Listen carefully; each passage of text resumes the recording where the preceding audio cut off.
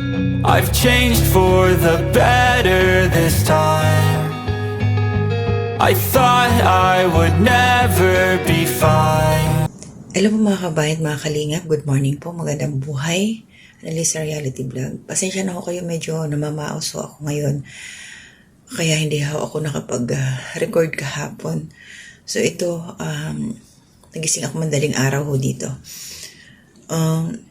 May nabasa ko komento po patungkol doon sa isang upload ko, yung panghuli ho kay Ma'am Lorny TV at kay Engineer Agol. Pasensya na pala, Lori ako ng Lori doon. Lorny TV, patungkol doon sa pagpagawa nila ng sa bahay nila sa construction na may problema sa muhon. So ito, may comment po kasi si Ma'am Normie Atienza. Pero bago yun, maraming salamat po sa mga sumuporta sa akin, mga silent viewers, nagko-comment, naglalike, nagsishare, mga hindi po nag-skip ng ads. God bless po sa inyo.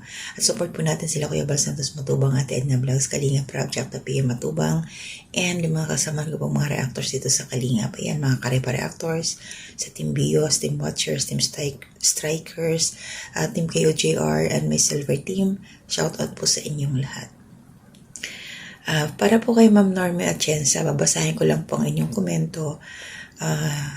Hindi naman hindi ito kanigahan. Kasi meron akong supporting supporting clip video po, galing doon sa napanood kong live kay Kuya Bal about sa mga reactors. So, sabi ho dito ni Ma'am Normie Atienza, Ma'am, good morning po, shoutout to sa inyo. Pasensya na ho kayo, na-highlight ko lang ho ang iyong komento. Sabi niya, pinalalaki lang ng mga reactors. Wala namang masama sa sinabi ni Lorny. Huwag palakihin ang issue. So, bago ko po sagutin yan, ma'am, panoorin na muna natin yung sinabi ko ni Kuya Bal. So, ito po yun.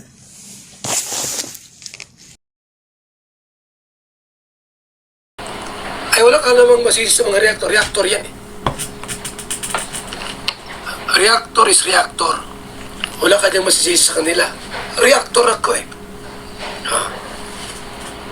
Kalingap ka. Kalingap reactor ako. Kukontent kita. Yan, wala ka namang sisihin. Ang mali nyo, dito, nag-vlog kayo. Nag-live kayo sa problema ninyo. Reactor talaga yan. Di ba pwedeng sabihin, kasi ikaw nireaksyonan mo reactor yan eh. Reactor yan. Ano magagawa mo? Reactor yan. Salamat din po kay Kuya Bal sa iyong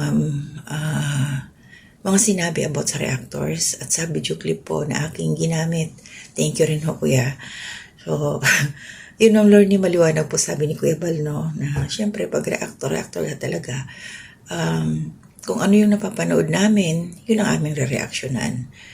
So, panoorin niyo po yung kabuuan ng video na yun na live ni Kuya Bal. Kasi sabi nga niya, pag walang mga reactor, mingaw, tahimik, walang issue, walang mapag-uusapan. So, ibig sabihin, may kanya talaga kami mga papel, yung mga reactors.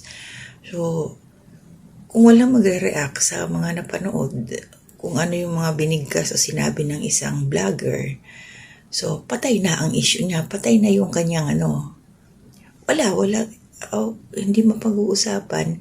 Ibig sabihin, hanggang doon lang kung ilan na yung mga nanood.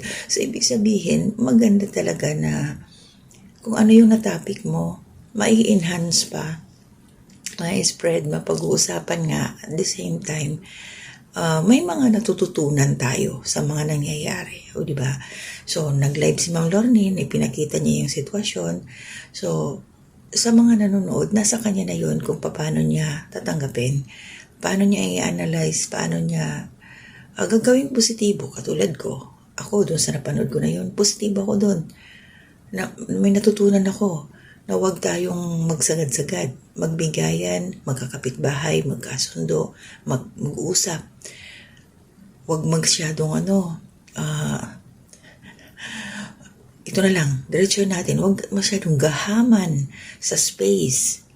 Kasi hindi natin madadala sa langit yan. give and take, lagi. At saka yung, para sa akin, pareha silang dalawa may mga pagkukulang, may pagkakamali. Una, si Ma'am Lorne TV, sinagad niya doon sa kanyang muhon.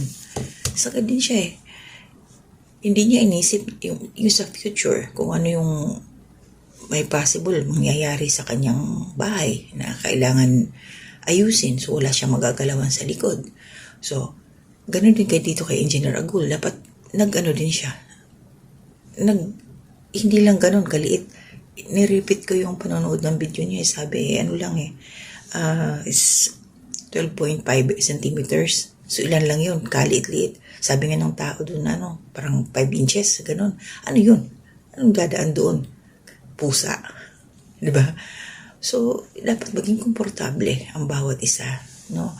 So, yun lang yung sa akin, ma'am. Ayan po, maliwanag po yung sinabi ni Kuya Bal. So, huwag na kayong, huwag na kayong magreklamo sa lahat, no? Pag may mga reactor na magre-reaction sa mga nakikita ninyo yung pinanonood ninyo na video, lalo na kung alam namin na kailangan talaga i-react, no? At saka, yung pagre-reaction kasi may positive, may negative side yan, no? Pero hindi ibig sabihin na kontra ka na. Nandun lang tayo sa point na kung ano yung sa tingin natin magkakaroon ng benepisyo sa bawat isa. May mga lesson learned. At kung kinakailangan mag-suggest, suggestion. Kasi para sa akin yung suggestion ko dun, since wala na si Madam Lori, fix na yung kanya Tapos na, ito si Engineer Agul, hindi ko alam kung pwede pa niyang ilayo ng konti yung kanyang poste para hindi rin siya mahirapan pag nag-firewall na hindi siya masagad doon sa gutter. Yung mga ganun ba? Hindi lang yung atras na 12.5 cm. Na lang? Magbigay na lang, nandoon na yan Diba? Tsaka siya rin naman gagamit doon. Hindi rin siya mahihirapan. Tsaka magkakaibigan lang naman yan, no? Pero hindi ko alam kung nagkakausap sila ng masinsinan, no? So, yun lang yung sa akin. Maraming salamat po. Hindi ko muna ako magsa-shoutout sa inyo.